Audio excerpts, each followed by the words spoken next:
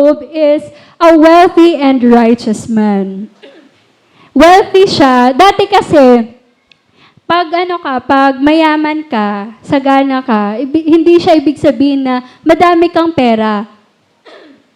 Dati kasi, ang wealth is kapag meron kang mga alagang hayop, madami kang mga slaves, madami kang mga lupain. Yun yung yaman dati. Ngayon, iba na yung yaman eh. And he is a righteous man. So, live in the land of Uz. So, alam niyo ba na yung land of Uz ay malapit siya nandun siya sa northern Arabia. So, malapit siya sa Syria. So ibig sabihin, daw wala namang sinabi sa Bible kung Israelite siya, pero parang nung pinag-aralan nga yung kung saan siya na part, parang ang sabi is, baka hindi siya Israelite. So hindi talaga siya yung isa sa mga tao na parang yung chosen, ganon. Kasi nandun siya sa mga, yun nga, malapit sa Syria. Alam naman natin, di ba, yung mga belief nila doon, more on mga, mga Muslim, di ba, na land. So sige, ito pa yung profile niya. Known for being blameless. Bang sarap isipin, ganyan yung mo. Ganyan yung, di ba, parang ang ganda na ganun, di ba? Parang, for example, si Sis Renaline, di ba? Renaline, a wealthy and righteous woman, di ba? Live in Pintor. Known for being blameless, upright, and God-fearing. Avoided evil and lived a life of integrity, no? Parang ang sarap pag ganito yung profile mo, no? 'Di ba? Pag humarap ka kay Lord, yung una pa lang, wealthy. Yung isa-isa din yun. 'Di ba? Ang kasunod niyan, hindi ka lang wealthy, parang nasa iyo na lahat eh. Sabi nga sa kanta ni Daniel Padilla, 'di ba? Pero ayun nga, medyo na-amaze talaga ako sa niya kasi nga parang sinasabi nila hindi siya Israelites, pero blameless siya, upright, and God-fearing. So, ngayon, itong next, sabayan niyo akong magbasa sa kanyang kwento. So, yan yung profile niya. Sige. Sa Job, chapter 1, verses 7 to 12. Tinanong ni Yahweh si Satanas, ano bang pinagkakaabalahan mo ngayon? Nagpapabalik-balik ako sa lahat ng sulok ng daigdig, sagot ni Satanas. Napansin mo ba ang lingkod kong si Job? Tanong ni Yahweh. Wala siyang katulad sa daigdig. Mabuti siyang tao. Sumasamba sa akin at umiiwas sa masamang gawain. Dugtong pa ni Yahweh. Dito medyo na ko si Lord na, sabi ko medyo na siya, parang gentle lang talaga si Lord eh, na kapag nakikipag-usap sa kaaway, pero pag wakis siya, kapag kausap yung kaaway, sinusungita, di ba, ganon. Di ba, tapos, yung tono pa, ganon, mataas. Pati yung kilay tumataas din, hindi lang yung tono, di ba? Ganon, iniirapan pa, ganon. Nako, sino kaya yung mga yun? Wala naman siguro dito sa church natin, di ba? Sa kabilang church yun. So, ganon. Napansin ko si God na ganon pala siya ka-gentle, no? Kahit kaaway niya yung kausap niya, ganon siya, napaka-gentle niya. Tapos, dito, ang ganda kasi nga, proud na proud si Lord eh, sa taong ito, di ba? Isipin nyo, kayo yan. Example, si ating Sis Michelle, di ba? Napansin mo ba ang lingkod kong si Michelle? Wala siyang katulad sa daigdig, di ba? Mabuti siyang tao, sumasamba sa akin at umiiwas sa masamang gawain. Di ba? Parang ang sarap nun isipin. Pero alam niyo ba na ginaganyan talaga tayo ni Lord? Kaya bago tayo ina-attack din ng mga enemy, ginaganyan tayo ni Lord na, alam mo ba si ganito? Ganito yan. Mapagmahal, grabe prayerful yan, di ba? Kung ano kaya, kung iisipin nyo kaya, ano kaya masasabi ni Lord sa atin, no? Kapag nakaharap niya yung kaaway, paano kaya niya tayo na, ito si ano, ganito siya, di ba? Sobrang proud niya talaga dito eh. Pero ano lang siya, parang easy lang siya. Hindi siya yung nangaaway agad ng ano. Sobrang ano talaga ni God. Tapos, sige, next. Sumagot si Satanas. Sasambahin pa kaya kayo ni Job kung wala na siyang nakukuha mula sa inyo? 10. Inaalagaan ninyo siya, ang kanyang pamilya at ang lahat ng ari-arian niya. Pinagpapala ninyo ang lahat ng kanyang gawin at halos punuin ninyo ang kanyang kayamanan ng ang buong lupain. Diba? Parang sinasabi, kasi diba si Satanas, accuser talaga siya. Nagawa siya ng ano. Kaya lang naman yan, nagsisimba-simba kasi nga, lagi mong pinoprotektahan Hindi nagkakasakit, hindi man lang kinakapos sa budget Tignan natin kung wala na yung bagay na yan. 'Di ba? Sasamba pa kaya yan? So, eto naman yung kasunod. Subukan ninyong alisin ang lahat-lahat sa buhay niya at harap-harapan niya kayong susumpain. Sinabi ni Yahweh kay Satanas, kung gayon, gawin mo ng lahat ang gusto mong gawin sa kanya. Huwag mo lamang siyang sasaktan. At umalis si Satanas sa harapan ni Yahweh. So, dito, papansin natin na bago gumawa ng attack, ang kaaway pala is nanghihingi mo na siya ng permission. Grabe, no? Pero buti pa si Satanas, no? Nanghihingi ng permission. Ako po, sa mga magulang. Nanghihingi ba ng permission yung mga anak bago umalis? Yun, no? Diba? Grabe. So, ibig sabihin dito, yung pinakamataas na authority talaga, si God. So, bago ka mahawakan ng kaaway or makagawa ng kahit anong bagay sa'yo, binibigyan niya muna ng permit yung kaaway. Or magsasabi siya, hindi mo to pwedeng galawin. Yan, sige, pwede mong galawin yan. Kasi nakikita ni Lord, confident siya na kaya natin, di ba? Grabe, galing talaga, no? Confident talaga ni Lord, no? Kasi nga, bakit confident si Lord? Kasi nga, mas kilala tayo ni Lord. Kasi nga, siya yung gumawa sa atin, di ba? Minsan tayo, inisip natin, di tayo ganun ka-confident. Kaya ko ba ito, Lord? Kaya ko ba ito mapagtagumpayan? Kung ano man itong mga pagsubok na ito.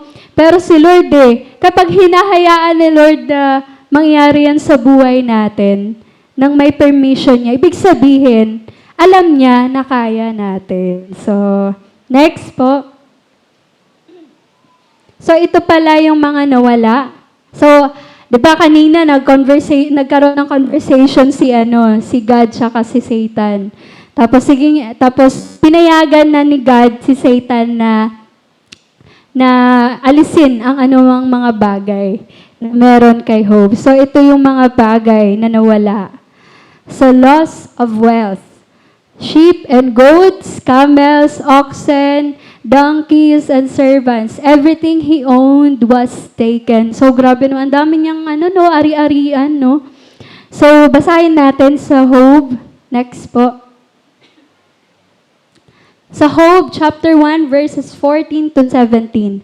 Walang dumating kay Job ang isa niyang tauhan. Sinabi nito, kasalukuyan po naming pinag-aararo ang mga baka at nanginginain naman ang mga asno. Nang may dumating na mga sabeyo, kinuha po nila ang mga baka at mga asno at pinatay pa po ang aking mga kasama. Ako lang po ang nakatakas upang magbalita sa inyo. So, yun yung una. So, next, anong nangyari? kasama yung mga servants, no, nawala. So, sa 16, hindi pa ito nakakatapos sa pagbabalita nang may dumating na namang isa. Sinabi naman nito kay Job, tinamaan po ng kidlat ang mga tupa at ang mga pastol at namatay lahat. Ako lang po ang nakaligtas upang magbalita sa inyo. Grabe, no? Sunod-sunod, no? Di ba na, parang familiar ba? Parang familiar, no? Parang nangyari siya sa totoong buhay. Kwento niyo ba to? Kwento ko ba to? Gano'n, di ba? Hindi lang isang pagsubok, minsan sunod-sunod pa. Next, ano pa nangyari? 17, hindi pa ito halos tapos magsalita nang may isa na namang umating. Ang sabi nito, sinalakay po kami ng 3 pangkat ng mga Kaldeo. Kinuha nila ang lahat ng kamelyo at pinatay ang aking mga kasama. Ako lang po ang nakatakas upang magbalita sa inyo. Grabe na yung... Buti na lang may mga nakasurvive, pero yung pag-survive nila, para lang magbalita, di ba? Grabe. Grabe, no? So, hindi lang isa, 2, 3, hindi pa nga parang familiar siya, no? Kasi nga, minsan may mga pagsubok tayo na hindi pa nga natatapos yung isa. Parang meron na kaagad, pangalawa. Tapos, hindi pa nga nasusolusyonan yung 2, meron na naman. So, ganun yung nangyari kay Job. So, next, ano pang mga nawala sa kanya? So, loss of family. So, alam naman natin na isa sa pinakamahirap na tanggapin din yung may mawalan tayo ng mahal sa buhay. Diba? So, dito, sabi dito, all 10 children died in a sudden disaster. Ibig sabihin, pag sinabi mong sudden, walang paalam-paalam yan. Biglaan talaga. No? Yung ngayon, okay pa, kayo biglang wala, 'di ba? Sobrang sakit nito kay Job. Kasi hindi lang talaga yung yung nawala yung mga anak niya, kundi yung rin, na damage din yung heart niya, na broken din siya, gano'n, 'di ba? Bukod doon is loss of health. So, nagkaroon siya ng mga sores, 'di ba? May mga, simula ulo hanggang talampakan, ang hirap nun sa sakit sa balat, di ba? So, hindi lang siya, kumbaga lahat talaga ng pwedeng i-attack ng kaaway is inatake ng kaaway. So, lahat ng mga ari-arian niya, lahat, mga pinagkukunan niya, di ba? Tapos, pamilya niya, tapos, siya din mismo, yung nagkaroon siya ng sakit at karamdaman. So, next, ito.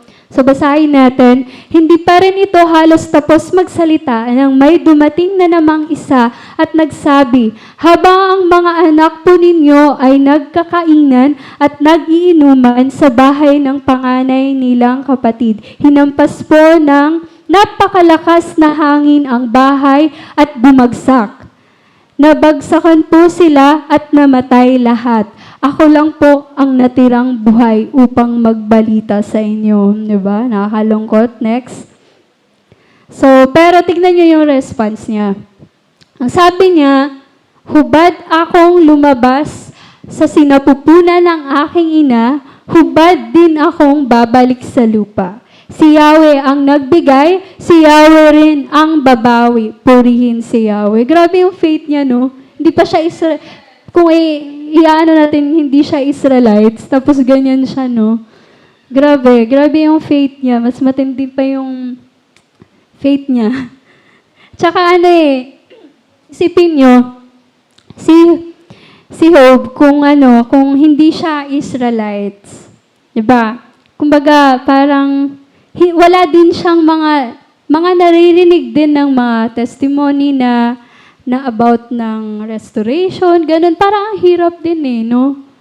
Samantalang tayo dito, di ba, may church na, parang nakakahiya rin, no? Kasi, hindi siya Israelites.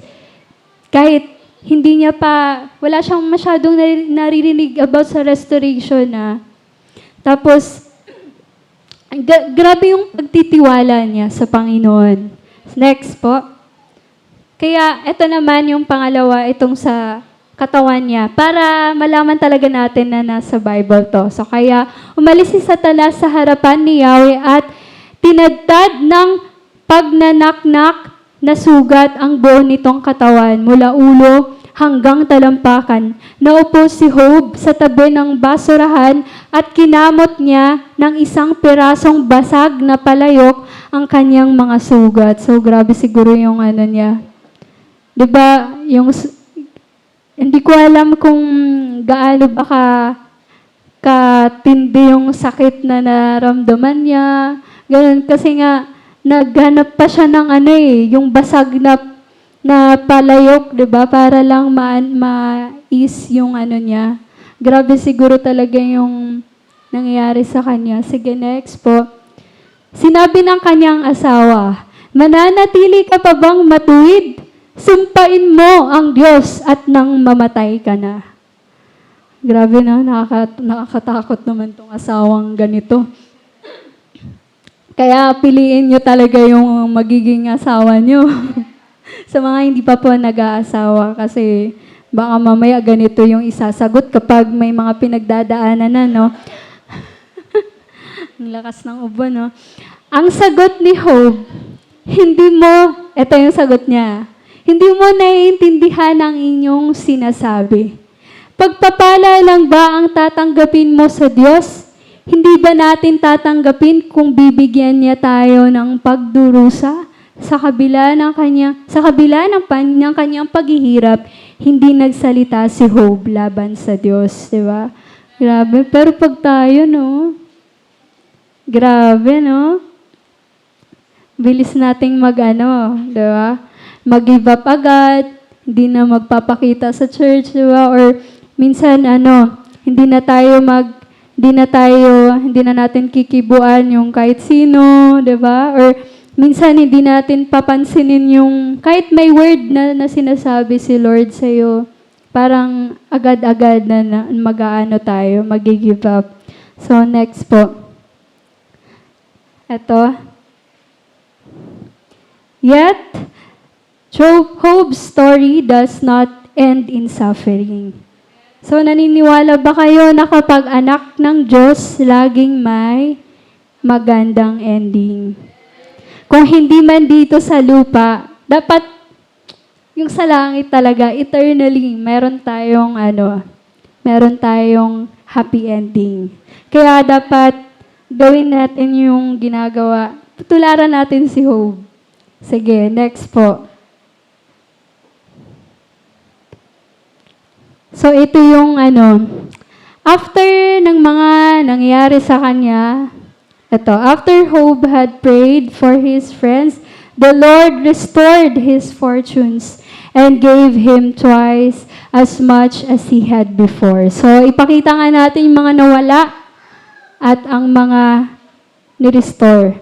So, ito, 7,000 sheep and goats. So, 14,000 na, no? Ang inano ni Lord. Parang walang nawala. parang nadagdagan pa, di ba? 3,000 camels, 6,000 camels yung binalik ni Lord, 500, tapos naging 1,000, di ba? Pero yung children, the same pa din, di ba? Yung health niya na-restore yung health niya at binigyan pa siya ng mahabang buhay para makita niya pa yung mga kaapu-apuhan niya, di ba? Ang galing ni Lord pag nag-restore siya. So, sige, next po. God restored more than what was lost. At bukod pa doon, yung na-restore ni Lord, hindi lang yung mga bagay. So, tandaan natin na kapag may mga nare-restore si Lord, hindi lang yun about sa mga bagay na nawala sa atin, hindi lang yun yung mga pera, yung tao, or yung relationship man, or yung health mo, kundi may mas malalim din na dahilan si Lord. Minsan, inaalaw niya yung mga pag-atake sa atin ng kaaway. Kasi nga, ito yung nire-restore. Ito yung na-restore ni God kay Job, di ba? more than pa sa material blessing. So, his faith became stronger. So, kasi nga, ang kwento kasi ni Job is, nagkaroon siya ng faith kay God dahil nga, naririnig niya lang na ganito si God, ganito si... Grabe, no? Ang tindi pa rin talaga ng faith niya. Kasi kahit nga tayo, di ba, nasa church na, parang nagsisway pa rin yung faith natin. Pero siya, narinig niya lang naririnig niya si God, ganun. Pero meron na siyang faith. Pero dito lang, it became stronger. So, his relationship with God became deeper. So, hindi lang yung... So, sabi nga dito, he moved from hearing about God to knowing God personally, no? Hindi lang yun yung naranasan niya, di ba? Yung pagpapala ni Lord. Kundi, yung ni-restore talaga ni Lord para magkaroon talaga siya ng personal intimacy sa Kanya. Kasi nga, ang kasi kay Job, nandun na yung faith niya. Hindi mali yung faith niya, hindi mali yung mga ginagawa niya. Pero may kulang pa rin. Yung totoong personal mo talaga na na-experience si Lord. Diba? Nararanasan po ba natin yun? Dito? Meron ba tayong dapat may ganun tayo na hindi lang si leader or si pastor or si Sis Ren, si Nora or kung sino man, 'di ba? Kundi dapat lahat tayo meron tayong personal relationship kay Lord. Kinakausap natin, ganun, 'di ba? Sinasabihan natin. Actually, si Job dumating siya sa point na hindi niya talaga naiintindihan. Bakit ganun? Kasi nga, alam niya naman sa sarili niya na namumuhay siya righteously, ganun. Sa totoo lang, si Job, nag-aalay pa yan ng mga offering, mga hayop niya. Kasi nga, iniisip niya, baka may magawang kasalanan yung mga anak niya. Ganun siya parang advanced thinker na siya, no? Ganun siya Pero, dati sa Bible is, kapag may suffering ka, parang iniisip nila kaagad na nakagawa ka ng kasalanan. Pero dito kasi is, hinayaan to ni Lord kasi nga, minsan kahit yung mga righteous, mga sumusunod talaga kay Lord, nakakaranas talaga ng mga pagsubok sa buhay. So, kaya hindi tayo exempted, diba? So, hindi natin pwedeng sabihin na nagsasuffer si ganito kasi nga may ganito siyang kasalanan Hindi natin pwedeng ganunin. Kasi nga, pwedeng atake lang siya ng kaaway sa atin. So, his understanding of God matured, diba? Yun naman yung ni Lord sa bawat sa atin Kung minsan man, atakihin tayo ng kaaway, pero man yung mga nawala, kaya pa rin i-restore ni Lord. At hindi lang yun, diba? Hindi lang yun yung kaya niyang i-restore. Pati yung character natin, nagiging stronger, nagiging kawangis natin lalo si Jesus. So yung mga dapat matutunan natin lahat naman tayo, di ba, nangangailangan tayo ng restoration. Tama po ba? May mga nawala po ba sa buhay natin na kailangan ibalik?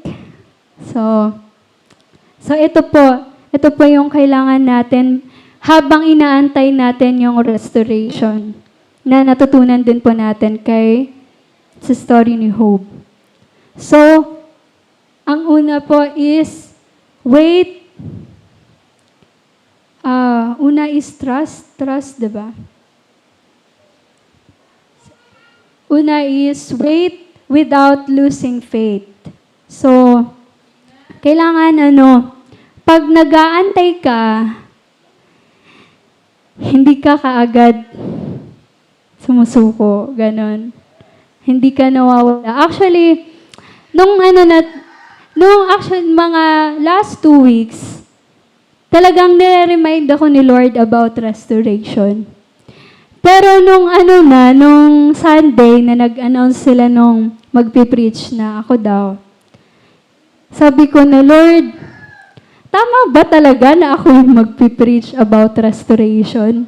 Kasi nga, nung Sabado last week, nakita ko kasi yung result ng ng lab test ko sa thyroid. Tapos, hindi siya naging normal. Mas lalo pa siyang tumindi kaysa sa una. Kaya, yung gamutan ko nung simula at ngayon is mas madami pa. Kaya sabi ko nga kay Lord, di ba, nag-promise ka, Lord, na magre-restore ka. Di ba? Tapos, bakit ako yung magpipreach about sa restoration? Kung ngayon naman is, hindi ko pa matitestify yung pagre-restore mo sa akin. Kasi, nung last 2 weeks, excited ako na na i-testify sa inyo. Hindi na ako nagagamot, ganun. Hinil na ako ni Lord. Tapos biglang ganun yung nangyari. Pero kahit ganun man yung nangyari, may ibang tinuro sa akin si God na sabi ni Lord na ito yung kailangan kong tularan. Hindi naman kailangan na kapag ikaw yung mag-preach about sa restoration is ikaw yung magte-testify sa ganong bagay, kundi merong someone, di ba, isa sa example sa Bible na si Job, na talagang pinakita kung paano nag-restore si God. At yun yung kailangan kong makuha at sa bawat sa atin na nag-aantay ng restoration. Di ba? So, ito yun. Wala pa ba? Sa ating So, yun, yung una.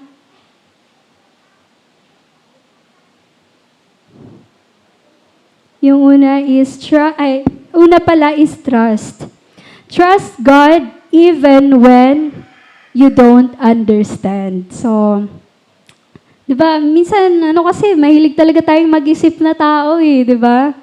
Mahilig tayong mag-isip na bakit ganito, ganyan, di ba? Pero, minsan, ang kailangan lang ni Lord sa atin is trust. Siya na ang bahala. Katulad kay Job, di ba? Hindi naman talaga niya maintindihan Kasi wala pa naman siya talagang naririnig na yung may ni-restore na. Actually, mas mahirap pa nga yung sitwasyon niya kaysa sa panahon natin ngayon. Kasi nga, sa panahon natin ngayon, madami na tayong naririnig about sa mga taong ni-restore. Di ba? Na ganito, yung marriage, di ba, naging okay. Tapos yung finances, yung galing sa baon sa utang, na-restore ni Lord, pinalaya, di ba? Sa sakit at karamdaman, di ba? Ganun. Tapos, hindi lang yun madami pang mga bagay. Madami tayong naririnig, di ba, sa mga testimonies. Ganun yung Pero si Job, narinig niya lang about kay God, ganito, ganyan. Pero, di ba kahit hindi niya maintindihan nagtanong siya kay God. Pero hindi naman masama din na magtanong tayo kay God, maging honest tayo sa Panginoon kapag meron tayong pinagdaraanan. Kasi yun naman din ang gusto ni Lord, maging honest tayo sa Kanya, na ganito Lord, yung mga pinagdadaanan natin. Hindi siya yung Diyos na tatanggihan ka niya na, oops, dahil hindi yung heart mo, ganyan. Huwag kang magsalita sa akin ngayon. Kumbaga, ang gusto ni Lord, yung totoong relasyon, di ba? Yung totoong pakikipag-usap, di ba? Na katulad sa isang kaibigan, di ba? Na pwede mong ihayag yung mga nararanasan mo, di ba? Nang walang magja-judge sa'yo, di ba? Ganun si Lord. So, you trust even if you don't understand. So, pangalawa po is, wait without losing faith. So, yun.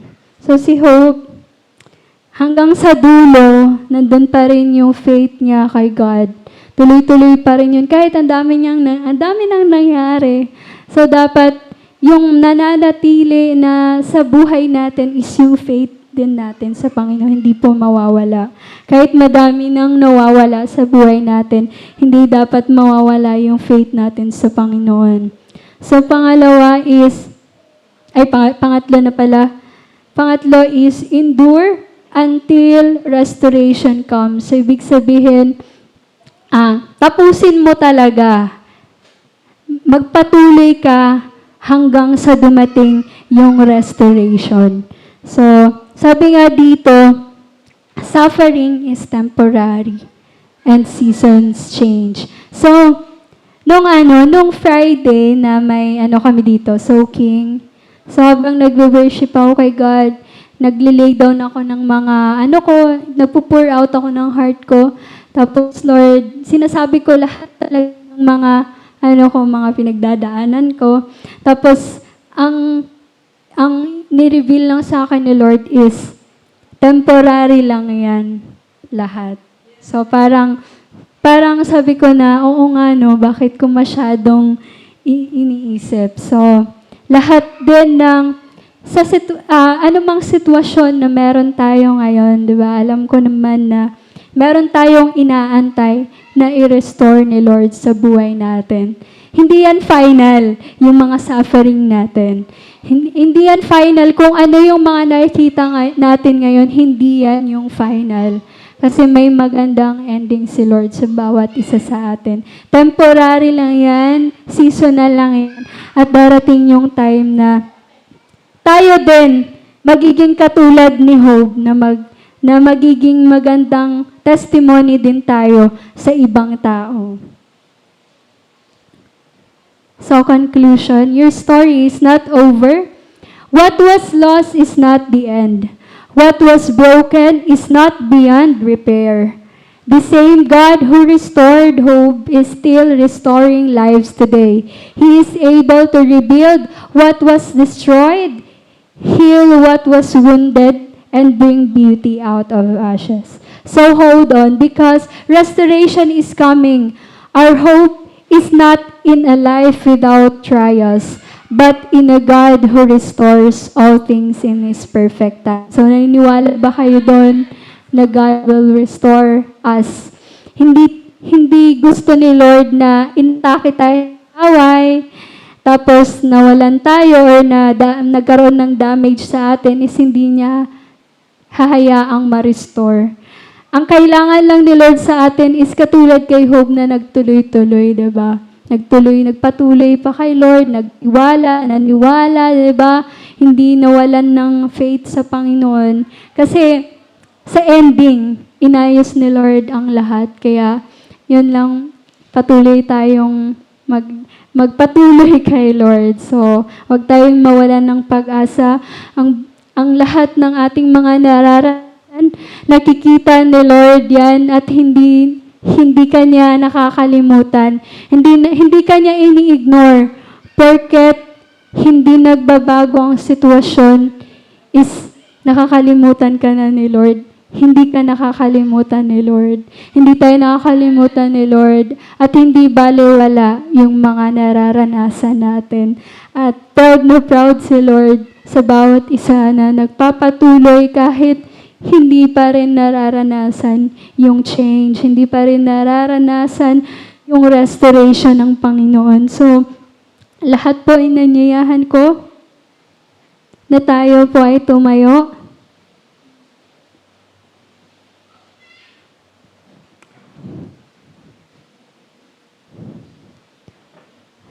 Sige po,